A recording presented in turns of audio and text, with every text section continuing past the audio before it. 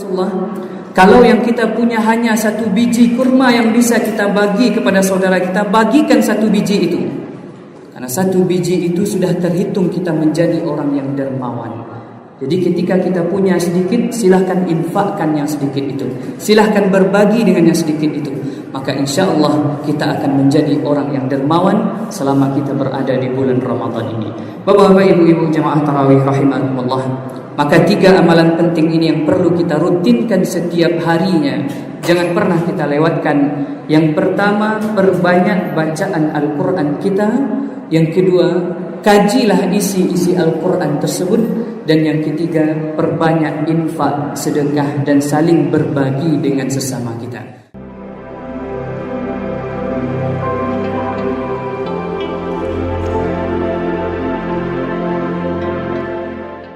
A'udzu billahi minasy syaithanir rajim.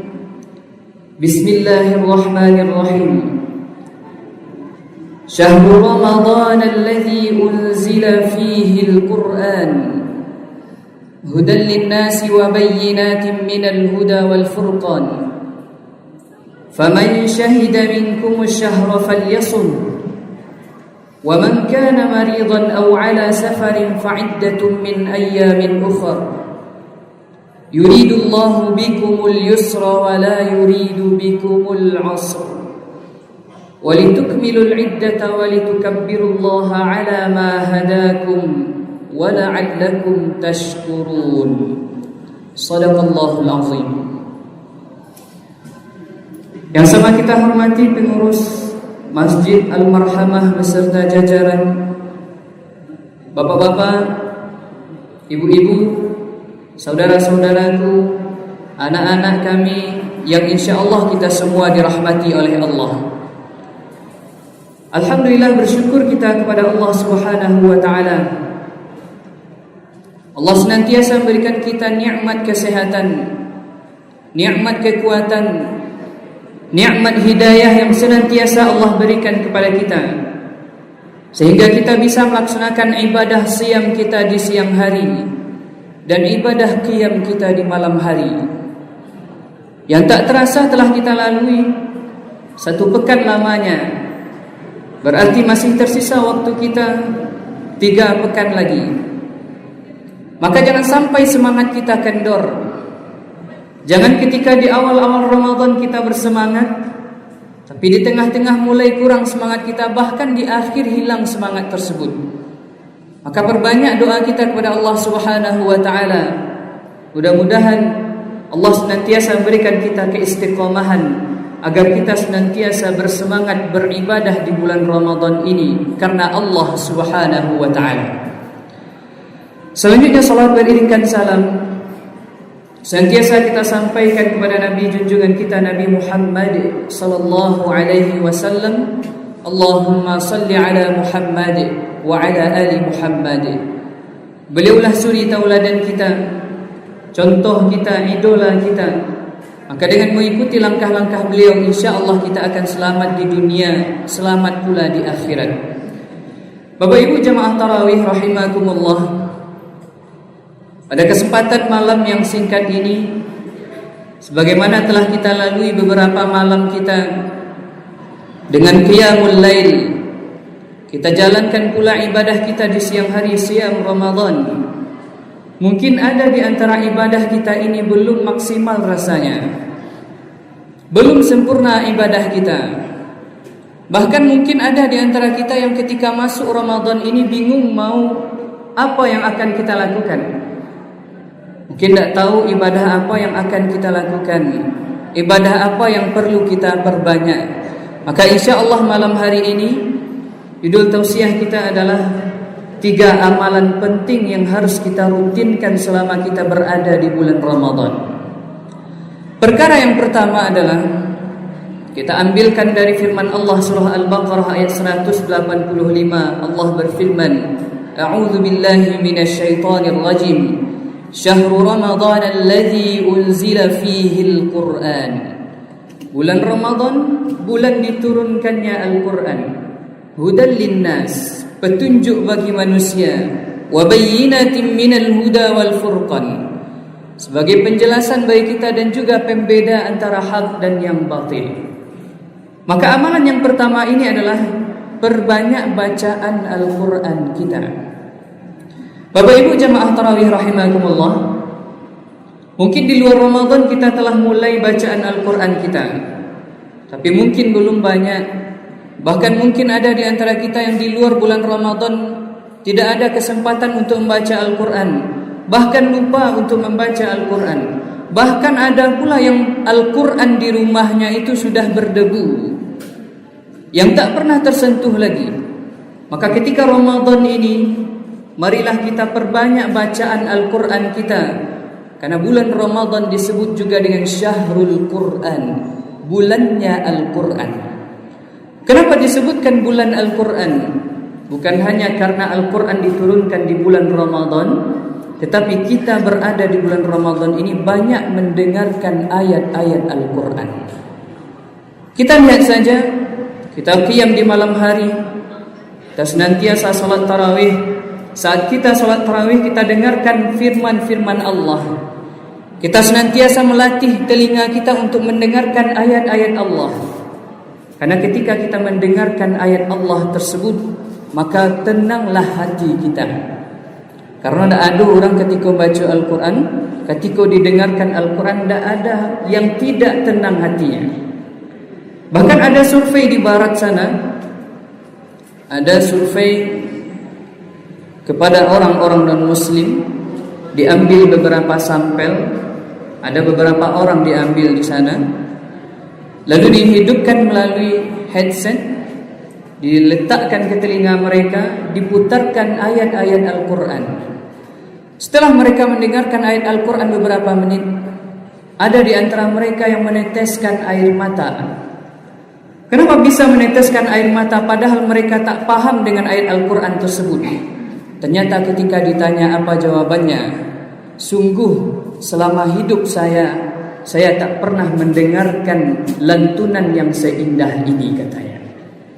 Maka Al-Quran adalah lantunan yang indah, yang tak bisa digantikan oleh apa saja. Maka bacalah Al-Quran, dengarkanlah Al-Quran, maka insya Allah hati kita akan menjadi tenang. Bapak-bapak, ibu-ibu jamaah tarawih rahimakumullah, tak ada ruginya kita membaca Al-Quran, tak ada berkurang pahala kita, malah Allah lipat gandakan pahala kita ketika kita membaca Al-Quran.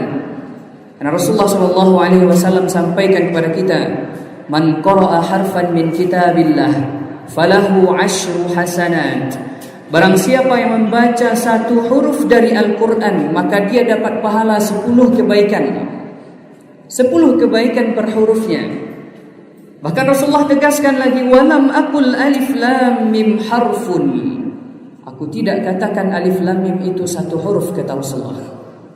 Tapi alif satu huruf, lamnya satu huruf, mimnya satu huruf. Maka ada 3 huruf. Ketika 3 huruf dikalikan 10 kebaikan, maka minimal ketika kita baca alif lam mim, kita dapatkan 30 kebaikan. Belum lagi kita baca, sebelum kita baca alif lam mim, kita ada baca bismillahirrahmanirrahim. Berapa jumlah hurufnya itu, Pak? Bismillahirrahmanirrahim. Ada 19 huruf. 19 huruf kita kalikan 10 pula, 190 kebaikan. Maka ketika kita berada di bulan Ramadan, yang kita dapat bukan hanya 190-nya, tetapi Allah akan lipat gandakan minimal 10 kali lipat terendahnya. Aku ada orang yang berhitung-hitung idenya, hitungnya 190 baca bismillah, 30 baca alif lam mim, totalnya 220.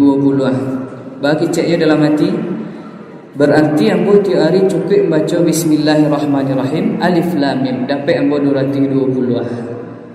Itu kalau orangnya pilih. Kalau orangnya panceke, orang yang tak niu pahala banyak, ia mudah itu ya. Tapi kalau kita insya Allah di sini bersemangat kita beribadah kepada Allah, kita perbanyak bacaan Al-Quran kita. Karena semakin banyak huruf yang kita baca, maka insya Allah semakin banyak kebaikan-kebaikan yang akan kita dapatkan. Itu yang pertama, perbanyak bacaan Al-Quran kita di bulan Ramadan. Amalan yang kedua adalah masih berkaitan dengan Al-Quran.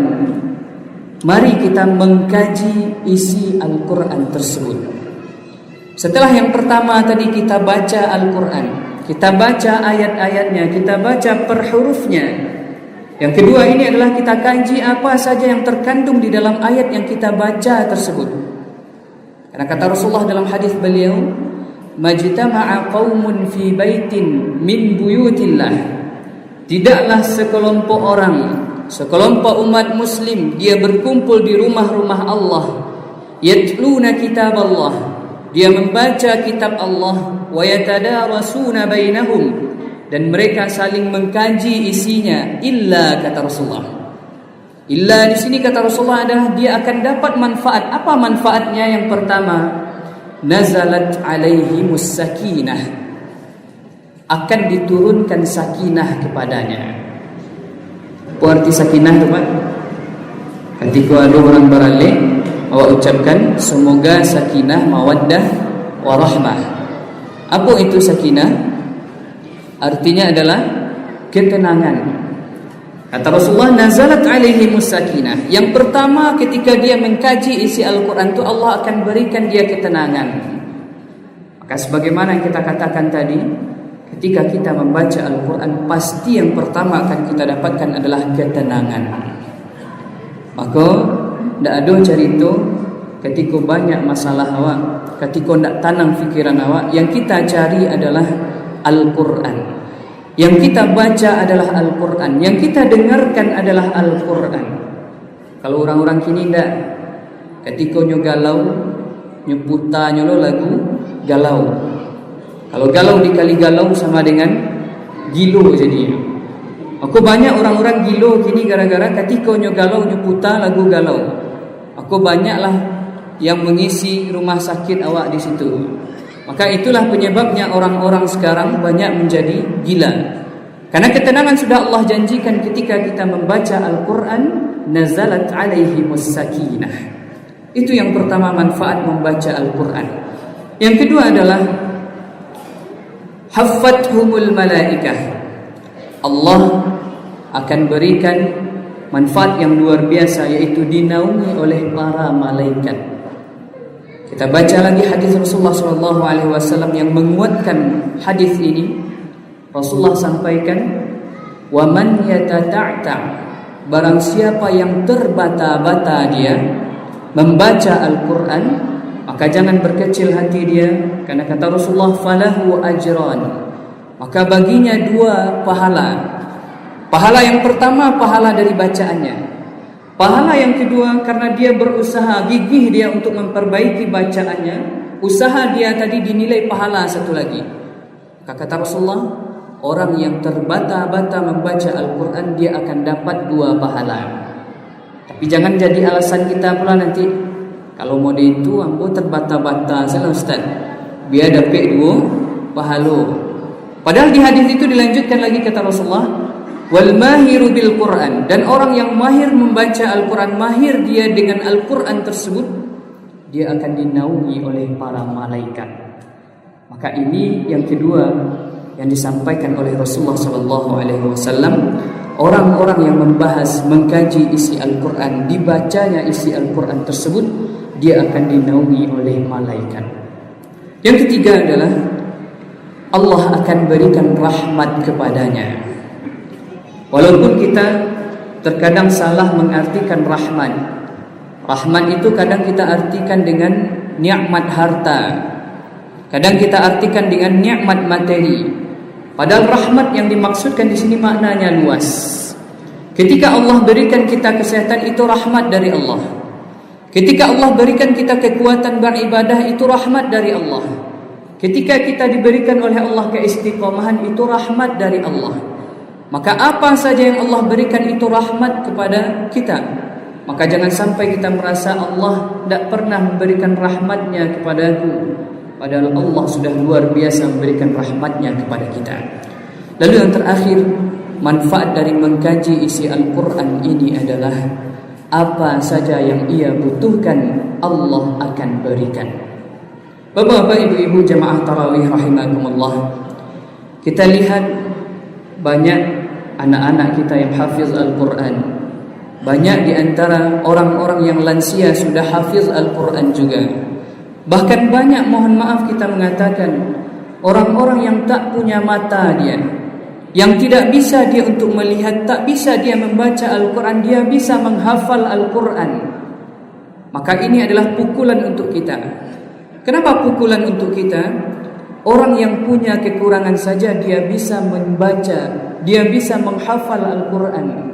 Lalu kenapa kita dengan sempurna nikmat Allah kepada kita masih belum sanggup kita untuk membaca Al-Quran ini? Maka ini kata Rasulullah, di dalam Al-Quran Allah katakan, وَلَقَدْ يَسَّرْنَا الْقُرْآنَ لِلذِّكْرِ فَهَلْ مِن مُدَّكِرٍ. Seperti yang telah dibacakan oleh imam kita tadi. Walaqad, kata Imam As-Suyuti, kalau dimulai ayat Al-Quran tersebut dengan kata laqad, itu merupakan makna takkid wa tahqiq, yaitu mengakidkan atau mengkuatkan dan membenarkan. Allah kuatkan terlebih dahulu kita. Allah katakan walaqad yassarnal Qur'ana lidzikri. Sungguh Allah telah mudahkan, kami telah mudahkan Al-Quran itu untuk sebagai peringatan bagi kita. Maka kalau Allah sudah katakan mudah, Allah mulai dengan laqad, sungguh kata Allah. Jarang-jarang ayat Al-Quran dimulai dengan kata laqad. Kalau sudah laqad, itu berarti ada dua kata di dalamnya, huruf lam, lam sebagai takkid, dan qad itu juga sebagai takkid, penguatan. Kalau Allah sudah menggunakan dua-dua ini berarti sesuatu itu penting. Kalau kita baca dalam surah Al-Asr, wal 'asr innal insana lafi khusr. Di sana tidak ada qadnya, yang ada hanya la saja. Kita lihat dalam ayat lain tidak ada la, tapi ada qadnya saja. Tapi di sini Allah katakan laqad. Kalau sudah laqad, Allah mengkuatkan, setelah itu Allah benar-benar membenarkan. Apa yang Allah benarkan? Pembenaran selama ini bahwasanya membaca dan menghafal Al-Quran itu tidak ada perkaranya yang susah. Kalau Allah sudah katakan yusrun, yassarna berasal dari kata yusrun. Yusrun di dalam bahasa Arab artinya mudah. Ada satu lagi bahasa Arab mudah itu sahlun. Tapi dalam Al-Quran tidak digunakan kata sahlun, karena sahlun itu mudah bagi sekelompok orang, tapi susah bagi kelompok yang lain. Tapi kalau Allah gunakan yusrun, berarti yusrun ini dia mudah untuk semua kelompok, semua golongan. Mulai dari anak kecil, remaja, sampai yang sudah lansia, mudah Al-Quran itu. Maka ketika Allah katakan di dalam Al-Quran di ayat yang lain, inna ma'al usri yusra, sesungguhnya bersama kesulitan itu ada kemudahan. Maka kemudahan di situ kemudahan untuk siapa saja. Ketika Allah datangkan kesulitan yang tidak satupun orang yang sanggup untuk menerimanya, Allah turunkan yusrun, kemudahan. Maka dalam Al-Quran tadi disebutkan walaqad yassarnal Qur'ana lidzikri, ditutup dengan fahal mim muddakir. Allah di sini menantang kita. Tidakkah kalian mau mengambil pelajaran, kata Allah.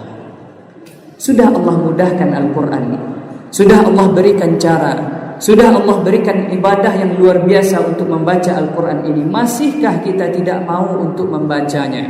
Masihkah kita tidak mau untuk mengkajinya?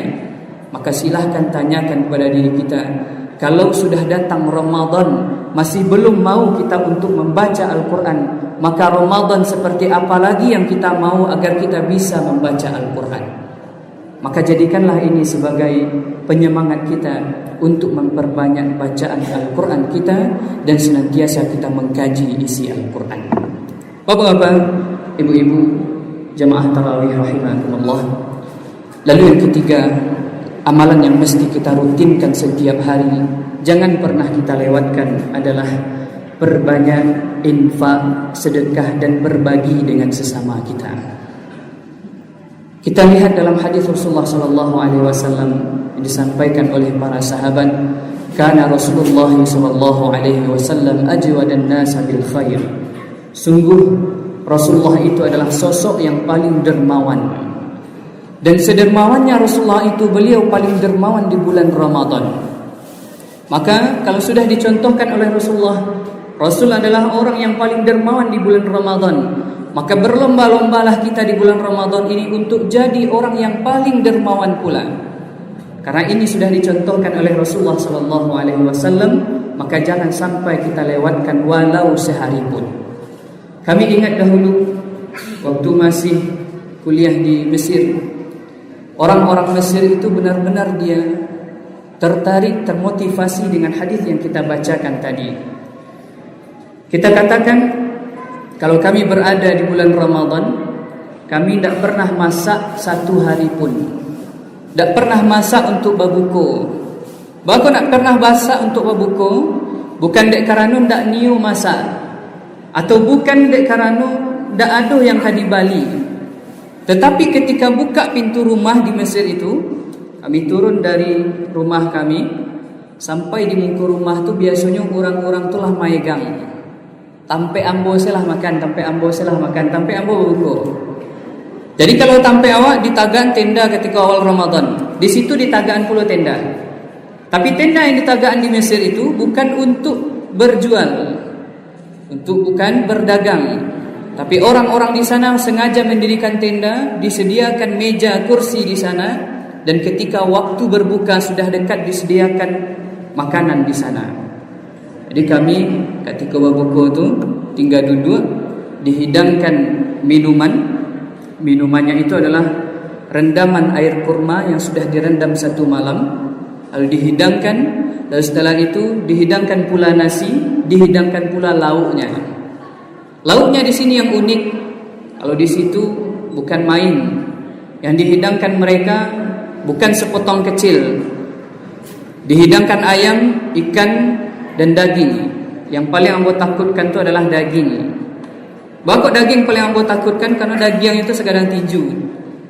Jadi ketika daging sedang tinju itu takut yang menghabiskannya, nak taluk habisnya. Tapi alhamdulillah ambo punya kawan yang lambungnya elastis.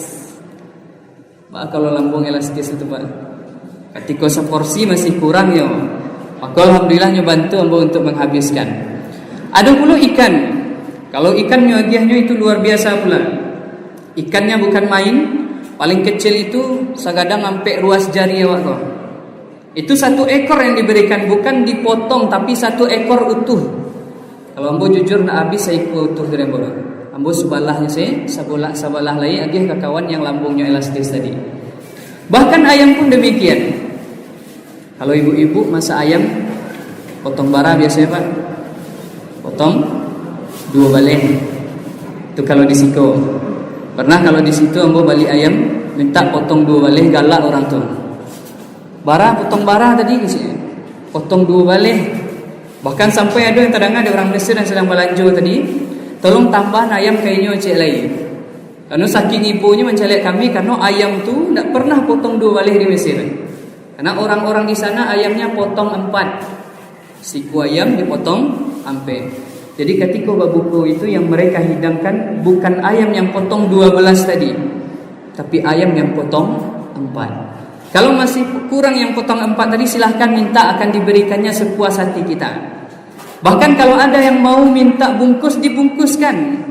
Begitu dermawannya orang-orang di sana. Maka ini patut kita contoh kedermawanan yang mulai dari zaman Rasulullah SAW telah diajarkan kepada kita, juga dipraktekkan oleh saudara-saudara kita di Mesir, di Arab Saudi dan beberapa negara lainnya. Itu patut kita contoh sehingga kita di bulan Ramadan ini juga menjadi orang-orang yang dermawan. Bapak Ibu jamaah tarawih rahimakumullah, maka jangan sampai kita lewatkan satu hari pun tanpa kita berinfak, bersedekah. Bahkan kata Rasulullah, kalau yang kita punya hanya 1 biji kurma yang bisa kita bagi kepada saudara kita, bagikan 1 biji itu. Karena 1 biji itu sudah terhitung kita menjadi orang yang dermawan. Jadi ketika kita punya sedikit, silahkan infakkan yang sedikit itu. Silahkan berbagi dengan yang sedikit itu. maka insya-Allah kita akan menjadi orang yang dermawan selama kita berada di bulan Ramadan ini. Bapak-bapak, ibu-ibu jemaah tarawih rahimakumullah, maka 3 amalan penting ini yang perlu kita rutinkan setiap harinya.